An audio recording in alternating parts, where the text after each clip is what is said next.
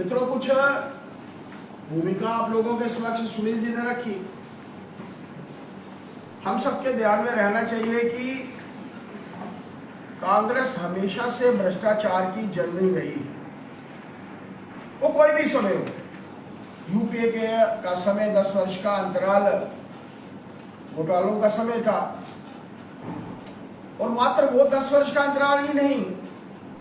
आजादी के बाद से भी समय समय पर उनके माध्यम से,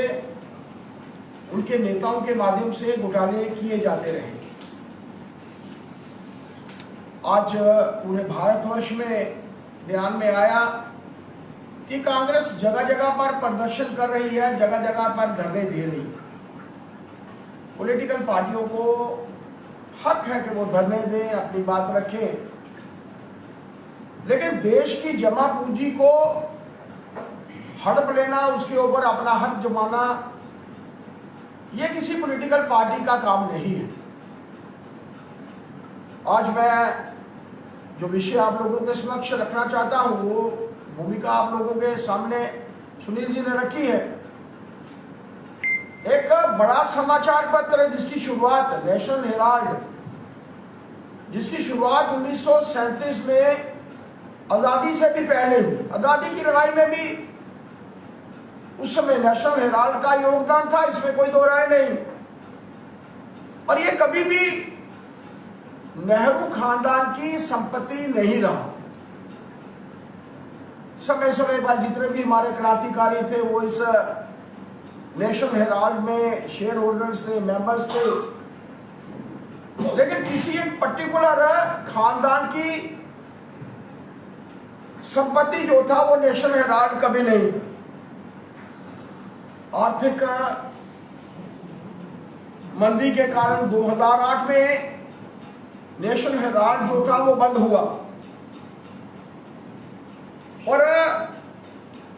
कांग्रेस पार्टी ने, पॉलिटिकल पार्टी ने, आप सोचिए, जो एसोसिएटेड जर्नल्स लिमिटेड इस समाचार पत्र को चलाती थी, उसे 90 करोड़ रुपया अपने फंड से दिया। आप सोच सकते हैं कि पॉलिटिकल पार्टीज अपने कार्यों के लिए फंड्स ले सकती हैं, चंदा ले सकती हैं, और उनको पॉलिटिकल पार्टीज के लिए ही जो है वो खर्च कर सकती हैं। वो किसी संस्था को ना दान दे सकती हैं, ना लोन के रूप में जो है वो दे सकती हैं। और जब कांग्रेस के नेताओं के ध्यान में आया कि उस समय 2000 करोड़ रुपए की संपत्ति, दिल्ली में संपत्ति, पटना में संपत्ति, मुंबई में संपत्ति, लखनऊ में संपत्ति, देश भर में नेशनल हेराल्ड की एसोसिएटेड जर्नल्स लिमिटेड के नाम पर जो संपत्ति थी, लगभग उस वक्त 2000 करोड़ रुपए की संपत्ति थी। कांग्रेस के ध्यान में आया कि इसके ऊपर कब्जा किया जाना चाहिए। एक कंपनी जो थी उस वक्त फॉर्म की गई, यंग इंडिया लिमिटेड, और हम सब जानते हैं कि उस यंग इंडिया लिमिटेड में कांग्रेस के दो बड़े चेहरे, सोनिया गांधी, राहुल गांधी, इन दोनों का 38% शेयर था। आप इमेजिन कर सकते हैं कि इन लोगों ने किस तरीके से उस संपत्ति को, जो था उस वक्त की 2000 करोड़ रुपए की संपत्ति, आज 5000 करोड़ से भी ज्यादा की संपत्ति जो है वो बन चुकी है। 9 करोड़ रुपए के शेयर्स इस कंपनी को जो थे वो ट्रांसफर किए गए, और मात्र 9 करोड़ रुपए के शेयर्स के साथ साथ नेशनल हेराल्ड की पूरी संपत्ति जो थी, इनकी अपनी नई फॉर्म की हुई कंपनी के हाथों में आ गई। और उसके बाद मात्र 50 लाख रुपए में वो जो लोन अमाउंट थी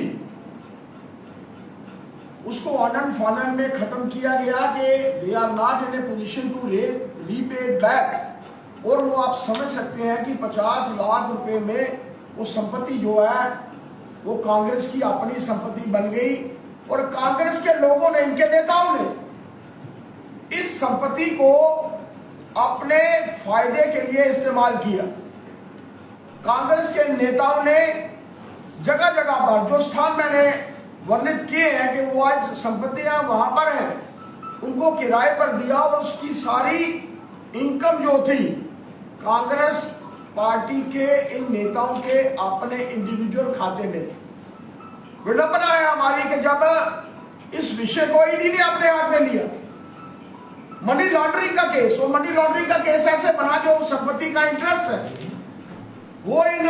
पॉलिटिकल पार्टीज के लोगों ने, इस कांग्रेस के लोगों ने अपने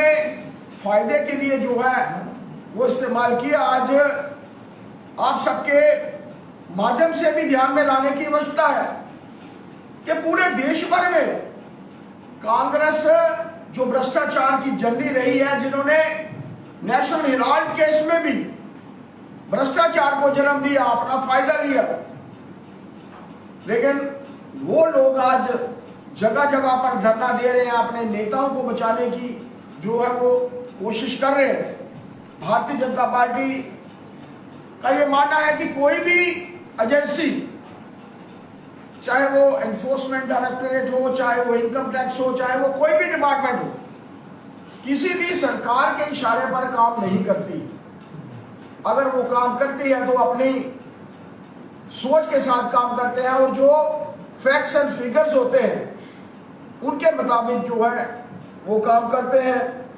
समय समय पर इनके बड़े नेताओं द्वारा, जो इनके अध्यक्ष थे, उस समय के इनके महामंत्री थे, उनसे पूछताछ की गई और हम सब जानते हैं कि हर वक्त कांग्रेस ने कोशिश की, उनके एक बड़े नेता ने, जो इन्हीं में से जो नाम मैं ले रहा हूं उनमें से किसी एक के रिलेटिव है, इन्होंने हरियाणा में भी 3 करोड़ रुपए की संपत्ति खरीदी और उसी को कुछ समय के बाद 58 करोड़ में बेच दिया गया। आप सोचिए कि कांग्रेस ने किस तरीके से इस पूरे देश भर में अपने नाम के ऊपर संपत्तियां की, अपने बेनिफिट के लिए, अपने फायदे के लिए। उन्होंने अपने समय में जब वो सत्ता में थे, सरकार का भी जो है वो दुरुपयोग किया। भारतीय जनता पार्टी का मानना है आज अगर उनको सजा हो रही है, ये ठीक है कि सजा हो सकती है, केस चलेगा, लेकिन ईडी के माध्यम से जो उनकी संपत्तियां आज जब्त भी की जा सकती हैं, आज नोटिस उनके माध्यम से आया है, तो आज कांग्रेस के लोग सड़कों के ऊपर हैं। वो बताना चाहते हैं कि ईडी उनके साथ, भारतीय जनता पार्टी के इशारे के ऊपर ईडी काम कर रही है। ध्यान में रहना चाहिए कि एक गवर्नमेंट एजेंसी अपने तौर पर काम करती है और खुले तौर पर ये फैक्ट्स आज मैं आप लोगों को बता रहा हूं कि, लेकिन आम जनता के भी ध्यान में, आप लोगों के माध्यम से ये विषय आना चाहिए कि किस तरीके से कांग्रेस ने समय समय पर अपनी मनमानियां की हैं, जिसके चलते देश को जो है वो नुकसान पहुंचा है। और आज मेरा मानना है कि ईडी जिस तरीके से काम कर रही है, बहुत ईमानदारी से और बहुत ऑन द लाइन, वो किसी के इशारे पर जो है वो काम नहीं हो रहा। भारतीय जनता पार्टी का मानना है कि जो लोग भी कल्प्रिट्स हैं, चाहे वो राहुल गांधी हैं, चाहे वो सोनिया गांधी हैं, या उस समय में उनके मेंबर्स जो थे, जो इस बंगलिंग में शामिल थे, जो लोग भी इसमें इन्वॉल्व हैं, उनको सख्त से सख्त सजा जो है वो मिलनी चाहिए।